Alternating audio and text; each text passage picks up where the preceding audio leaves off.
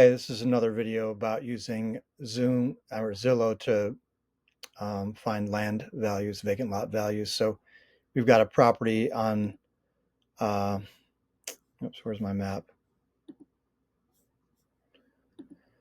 We got a property here on Brewer Drive, and it's north of Red Springs. So first I just pull that up on the map and I get an idea of where we are related to markets that we work in. So if we're looking at that and we zoom out, then we can see we got Fayetteville up here, and we know there's not much else down here until you hit South Carolina. But so it's south of Fayetteville. There's Red Springs, St. Paul's, Rayford. And so then we get an idea of where we are, and then we can go on to Zillow and sort of transfer that idea and just pull up, Red Springs,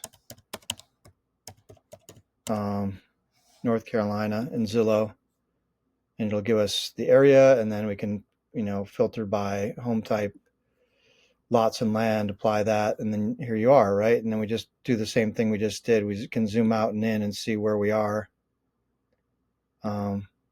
There's Fayetteville, and then, oops.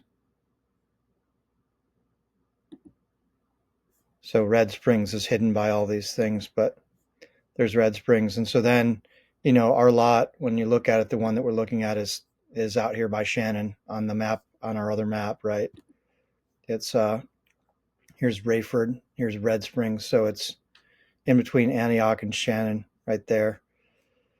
So then if we go back over to Zillow and we just try and find other lots that are in that same region, like there's Shannon and Antioch. So there's one lot here. That's 1.4 acres. Not giving, there's a 17.5 over there. That's in a subdivision. Here's another lot here. That's in the same subdivision. It's 17.5. That's got a building on it, so we're not going to throw that out as a comp. This one sold for $6,500, but it looks like it's landlocked there behind the main road, so that's probably not a good comp either.